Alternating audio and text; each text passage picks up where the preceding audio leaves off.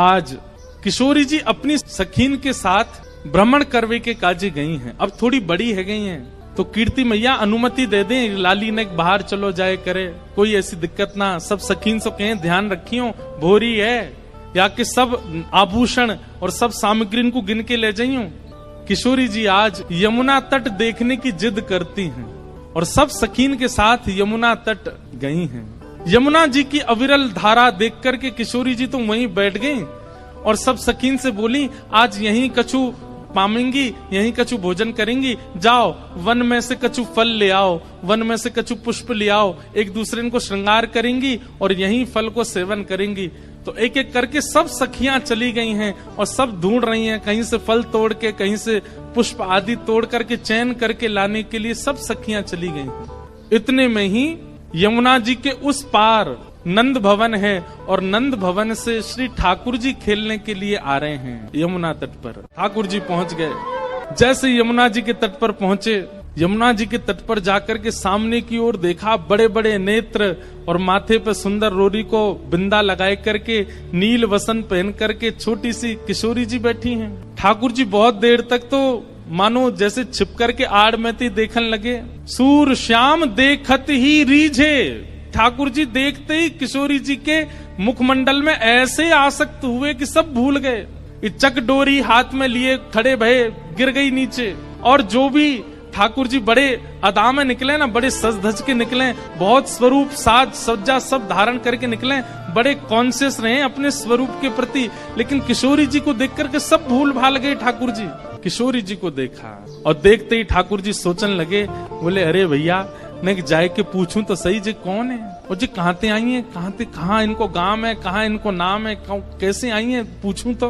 वहां सामने एक छोटी सी किशोरी जी बैठी है, यहाँ ठाकुर जी पीत वस्त्र पहन करके आए। किशोरी जी अपलक नेत्रों से यमुना जी को देख रही हैं। ठाकुर जी आए, थोड़ी आगे आकर के ऐसी अदा करने लगे कि किशोरी जी की नेक दृष्टि पड़े। कछु गान लगे, कछु करन लगे, कछु ऐसे इशारे करने लगे कि किशोरी जी की नेक दृष्टि पड़े लाला पे। इतने में ठाकुर जी के स्वर सुनकर के किशोरी जी ने नेत्र उठाए करके देखो, और जैसे ही किशोरी जी की दृष्टि पड़ी ठाकुर जी पर, ठाकुर जी पूछ रहे हैं, अरे गोरी तुम कौन हो, आप कहाँ रहती हो, आपके पिताजी कौन है, और मैंने पहले तो आपको कभी देखो नहीं यहाँ पे, इतने बरस मो यहाँ रहते भय गए। तो किशोरी जी बोली, हाँ देखे हुए में लग रहे हो कि 50 साल के तो होंगे तुम। नेक्स्ट से हैं, और नेक्स्ट से किशोरी जी तो पूछ रहे हैं कि मैं इतने सालन ते आ रहा हूँ, मैंने तो आपको देखो नहीं, आपको घर कहाँ है और आपके पिताजी कौन है।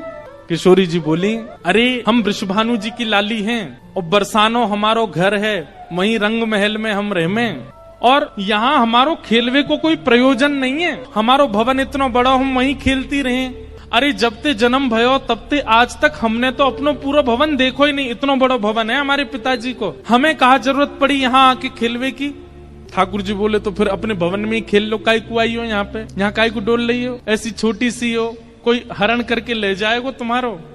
किशोरी जी बोली, वो तो आज सखीन को मन हो कि यमुना तट पे चलें, या हमारे हम उनके संग आए गई हैं, बाकी तो या स्थान में हमारे बरसाने में मना करी गई है कि जमुना तट और जमुना के पल्ली पार जानो ही नहीं है।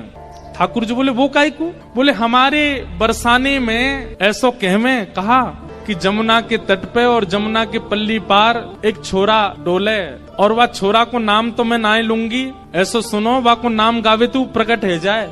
ठाकुर जी बोले, अच्छा कोई और पता, हाँ नंद जी को लाला है, वो नंद जी को छोरा, बा के पिताजी को नाम नंद है, वाके काजे हमारे पूरे बरसाने में ऐसो हल्ला है कि वो चोरी करे, माखन की दही की चोरी करे। अब भैया पहले तो चोरी छोटी छोटी वस्तुन की होवे, धीरे धीरे फिर चोर निपुण है जाए तो बड़ी बड़ी वस्तुन ने चोरी करे।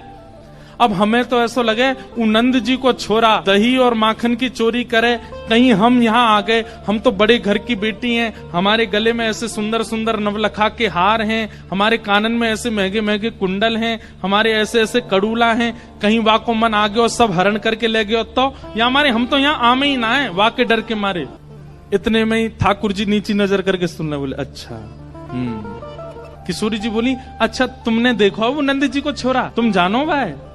ठाकुर जी बोले, वैसे बहुत बदनाम है बेचारो, ऐसो है ना है वो, मैं तो भाई बहुत अच्छे से जानू, वो ऐसो है ना है, बहुत सीध हो भोर हो है, बेचारो वाह यूं लगे कि घर में दही खाऊंगो, घर में मक्खन खाऊंगो, मेरी मैया बूढ़ी है गई है, वाकू दही बिलोनो पड़ेगो, बूढ़ी बाड़ी मैया की सेवा करनी चाहिए, वासो काम नहीं करानो चाहिए, या हमारे दूसरे के घर जाके दही खायावे। और इन गोपीन ने वहां पे झूठ और चोरी को आरोप लगाई दियो। मैं तुम्हें सांची बता रहा हूं। किशोरी जी बोली, जा तरीका से आप पक्ष ले रहे हो और जा तरीका से तुम्हारे नैन मटक रहे हैं, बातें तो यूं लग रही है कहीं तुम ही तो नहीं हो नंद के लाला। ठाकुर जी की मुस्कान देख करके किशोरी जी उठ के खड़ी है, अरे तुम ही हो नंद के लाला, मैं अभी भाग रही हूँ, रुको। अरे अरे ललिता, अरे विशाखा, कहाँ को चली गई? अरे देख वही चोर आए गए, और जाके हम सब चर्चा कर रहे। ठाकुर जी दौड़ करके गए, सामने जाके बैठ गए हाथ जोड़ करके, और कहा कह रहे हैं, तुम्हारो कछु चुरायो हमने?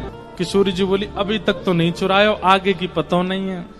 ठाकुर जी बोले, ये सब बात बना में, और तुमको देखो बातन में आए के विश्वास नहीं करना चाहिए। नेक मुझे समय दो, और समय कैसे दो? नेक देर मेरे संग खेलवे चलो, मैं तुम्हें खिला के लाऊंगा, और तुम मेरे संग खेल के आई हो, और शाम तक देखियो, अगर तुम्हारो कछु चोरी है जाए तो भैया तुम बड़े बाप की छोरी हो, तुम्हारे घर में कोई कमी तो होएगी ना। अगर मैं एक आध नग चुरा भी लूंगा तो तुम्हारे यहाँ तो बहुत सारो है, और यदि चोरी नहीं करूं तो फिर मुंह को अपनो सखा बनाए लियो, फिर हम दोनों रोज खेला करेंगे। अपनी चिकनी चुपड़ी बातों से किशोरी जी को अपनी ओर खींच लिया ठाकुर जी ने, और फिर इमोशनल ब्लैकमेल कर रहे हैं। कहा, अब ठीक है, कोई बात ना है, आपके मन में पहले से ही मेरे प्रति चोर भावना है, अब वाकु तो मैं दूर ना कर सकूं, ठीक है आप तो जाओ, आपकी तो बहुत सारी सखी हैं, ललिता विशाखा सबन को नाम आप ले रही हैं, उनके पास आप चली जाओ, मैं तो अकेला हूं, देखो मेरे तो कोई ग्वाल बाल भी नहीं है।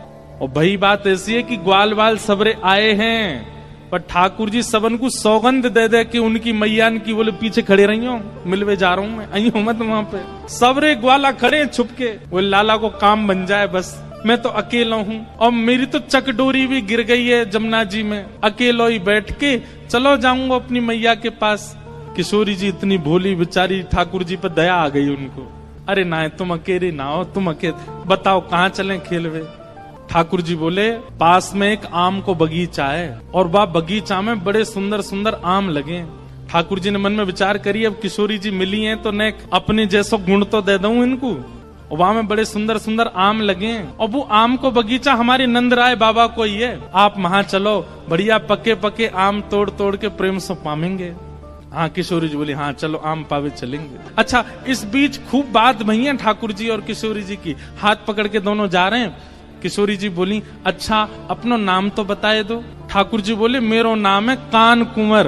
किशोरी जी बोली, नाम तो बड़ा अच्छा है, लेकिन इतना बड़ो है मुझे याद ना है रो। किशोरी जी भी कितनी बोली है, बोले मुझे याद ना है रो। ठाकुर जी बोले, अरे या में कौन सी बड़ी बात, देखो या को स्पर्श करो, जे कहा है, बोले कान, बोले बस या कान को स्पर्श कर दी तो मैं कान याद आ जाएगा, फिर कुंवर, कान कुंवर, कान तो ही मेरो नाम याद आ जाएगा। किशोरी जी बोली, हाँ तुम्हारो नाम याद आ गयो। अच्छा तुम रहो कहाँ को? ठाकुर जी ने अपना पूरा पता बता दियो, जमुना जी पार करोगे सीधे जाओगे, वहां पे गोकुल आ जाएगा, वहां सबसे बड़ी हवेली जो है वो हमारी है, हम बड़े बाप के लाला हैं। तुम बहुत देर से बता रही बड़े तुम्हारो महल है, ऐसो आंगन है, ऐसो सब है, सब बात है रही है। और किशोरी जी को हाथ पकड़ करके ले गए बगीचा में, एक आम को वृक्ष। ठाकुर जी ऊपर चढ़वे में निपुण कम है, और होंगे भी तो किशोरी जी के सामने आज दिखा रहे हैं, मुंह पे चढ़वो ना आवे ऊपर। 2-3 बार चढ़े फिर फिसल गए। किशोरी जी बोली, अरे तुम पे तो चढ़वो ना आवे, देखो मैं चढ़ के बताऊं। किशोरी जी बोले, हाँ आप चढ़ जाओ। किशोरी जी ऊपर चढ़ गई। ठाकुर जी बोले, प्रथम मिलन हुआ है, पहले मिलन में अपनी छाप नहीं छोड़ी तो हम काय बात के कन्हैया, अब आ जाओ ऊपर। ठाकुर जी बोले, अरे श्यामाजू, अगर मैं ऊपर आ जाऊंगा और फिर आम तोड़ेंगे तो नीचे पकड़ेगा कौन, और हम आम तोड़ेंगे नीचे गिर के सब फट जाएंगे तो पामेंगे कैसे? किशोरी जी बोली, हाँ बात तो सही है, तो कहा करें? ठाकुर जी बोले, मैंने अपनी पीताम्बरी खोल ली, आप ऊपर ते आम घेरो। किशोरी जी बोली, हाँ ये अच्छा। नीचे ठाकुर जी खड़े हैं, किशोरी जी आम तोड़ रही हैं, खूब सारे आम तोड़ लिए, ये वारो निकारो वो वारो निकारो। ठाकुर जी नीचे तो ही बता रहे हैं, किशोरी जी ढूंढ ढूंढ के आम दे रही है नीचे। इतने में ललिता विशाखा ढूंढ रही हैं हमारी किशोरी जी कहाँ चली गई, और ढूंढते ढूंढते ढूंढते उनको दूर वृक्ष पर नील पोशाक धारण करी भाई किशोरी जी दिख गई कि ऊपर चढ़ी हुई हैं वहां पे। यहाँ ते ललिता विशाखा दौड़ी, ठाकुर जी को पता चल गई कि ललिता विशाखा आ रही ऊपर ते। किशोरी जी बोली, ये सब मेरी सखियां सबरी आ रही हैं, अभी इनको भी आम खमामेंगे। ठाकुर जी बोले, ये 8 और ये 9 और मैं 10वो, और आम उतर के आए 5। या को मतलब पहले तो यही पामेंगी और बाकी इनकी सबरी चतुर सखी ये सबरी पा जाएंगी, मुंह को कहा मिलेगो। सो ठाकुर जी ने कहा कियो, हे श्यामाजू जे आम ने गंदे से है गए, मैं इनको जमुना जी में धोके ला रहा हूँ अभी। किशोरी जी बोली हाँ हाँ चले जाओ। ठाकुर जी आम लेके गए और बगीचा संभालवे वालो जो माली हतो का वहां से जाके बोले, अरे तू पूरे दिन सोतो रे, बाबा ने यहाँ बगीचा में तू को रखवाली करवे को रखो है।